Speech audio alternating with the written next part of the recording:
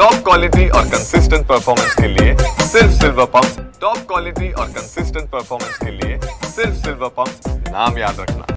शिवसेना उद्धव बाळासाहेब ठाकरे पक्षाचे नेते वसंततात्या मोरे आपल्याबरोबर आहेत।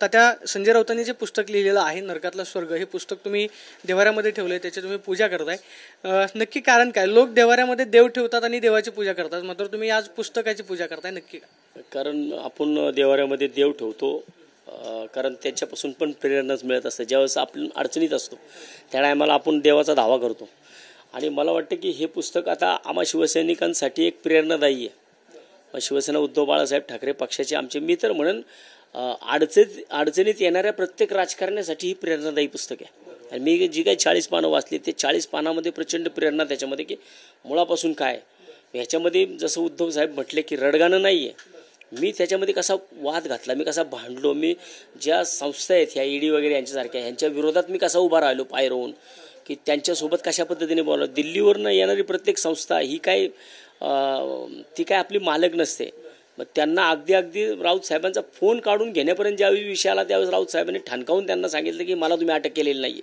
त्यामुळे तुम्ही माझा फोन काढून घेऊ शकत नाही। आणि त्यांच्या हे सगळं चालू असताना राऊत साहेबांनी 4 ट्विट केले बसल्या बसल्या आणि त्या ट्विटवरून बाहेर सगळे शिवसैनिक जमा झाले, पत्रकार जमा झाले आणि मग ही सगळ्या बातम्या ज्यावेळेस टीव्हीला चालू झाल्या त्यावेळेस दिल्लीतनं फोन आला त्यांना, त्या ईडीवाल्यांना, की अरे उनका फोन निकाल के ले लो। त्यांनी शेवटपर्यंत फोन दिला नाही। म्हणजे मला वाटतं की हे पुस्तक हे आम्हा शिवसैनिकांबरोबर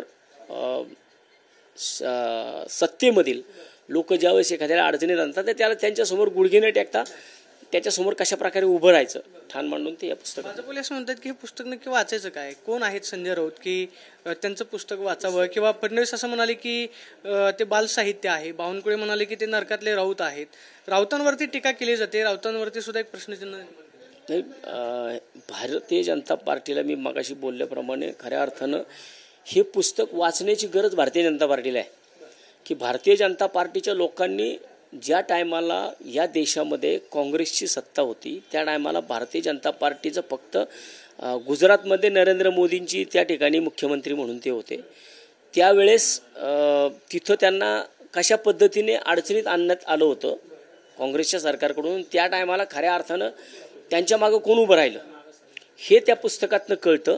आणि जर त्यावेळेसच वाजपेयी सरकारने स्वतः त्यांना मुख्यमंत्रीपदावरनं पायउतार व्हायला लावलं होतं आणि ते फक्त बाळासाहेब ठाकरेंच्या एका फोनमुळे ते वाचलं, मग हे आत्ता जे काय म्हणतात ना त्यांनी ते वाचलं पाहिजे। इतिहास कधीही पुसायचा नसतो। बालसाहित्य आहे, बालसाहित्य हे कदाचित त्यांनी वाचलं नाही अजून, त्यामुळे बालसाहित्य का हे स्फूर्ती देणारं साहित्य त्यांना वाचल्यानंतर फडणवीसांनी वाचावं म्हणून मग तुम्ही काय करणार? पुस्तक पाठवणार?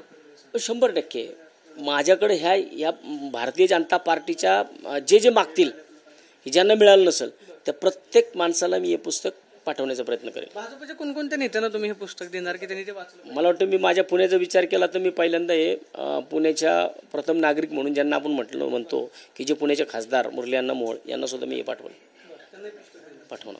आता या पुस्तकामधून तुम्ही हे देवाऱ्यामध्ये ठेवलेलं आहे, काय घ्यायचं पुस्तकामधून की तुम्ही ते देवाऱ्यात त्याची पूजा करताय? तुम्ही असं म्हणताय की आव्हानात्मक परिस्थितीमध्ये मग बघा, मी ज्या टायमाला महाराष्ट्र नवनिर्माण सेनेमध्ये होतो त्या टायमाला माननीय राजसाहेबांनी महाराष्ट्र सैनिक म्हणून एक बॅच प्रत्येकाच्या छातीला दिला होता, तर तो बॅच महाराष्ट्रातला पहिला बॅच माझ्या छातीला लावण्यात आला।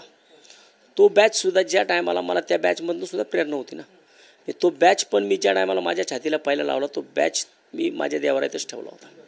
त्याच्यानंतर मग मी तो ज्यावेळेस मी पक्ष सोडला त्यावेळेस पक्ष कार्यालयात ठेवला, म्हणजे तो त्या बॅचमधून सुद्धा मला प्रेरणा मिळत होती। तात्यांची कृती नेहमी चर्चेत असते, तात्यांनी मनसे पक्ष सोडला, राज ठाकरेंच्या फोटोसमोर तुम्ही देवासमोर जसं नतमस्तक होत आहे तसं नतमस्तक झालात, आता संजय राऊतांनी पुस्तक लिहिलं, तुम्ही ते देवाऱ्यामध्ये ठेवलं। कारण बघा, ज्या गोष्टीमधनं आयुष्यामध्ये ज्याच्यातून प्रेरणा मिळते त्या गोष्टी तुम्ही त्याच्यातून प्रेरणा घेतली पाहिजे। आणि मला वाटतं की हे आत्ता सध्या पुणे शहराच्या स्थानिक स्वराज्य संस्थांच्या निवडणुका जर म्हटलं तर 100 नगरसेवकांच्या विरोधामध्ये शिवाय 2 उपमुख्यमंत्री आहेत, अजित पवार आणि स्वतः एकनाथ शिंदे साहेब, ह्या 2 उपमुख्यमंत्री आणि स्वतः 100 नगरसेवकांची फौज यांच्या विरोधात आम्हाला लढायचं आहे। त्यामुळे जर स्ट्रॉंगली आम्हाला अपक्ष म्हणून या शहरामध्ये उभं राहायचं असेल, विरोधी पक्ष म्हणून आम्हाला जर या शहरामध्ये उभं राहायचं असेल तर माझ्या प्रत्येक शिवसैनिकांनी हे पुस्तक वाचलं पाहिजे. त्याच्याकरता मी हे देवाऱ्यात ठेवलं. पाहतो की पुस्तक जे आहे ते प्रत्येक शिवसैनिकांनी वाचावं, यासाठी मी हे पुस्तक देवाऱ्यामध्ये ठेवलं अशी प्रतिक्रिया वसंत मोरेंनी दिल्याचं पाहायला मिळते. कॅमेरा पर्सन सुशांत राऊत, मी प्रदीप कापसे, TV9 मराठी, पुणे.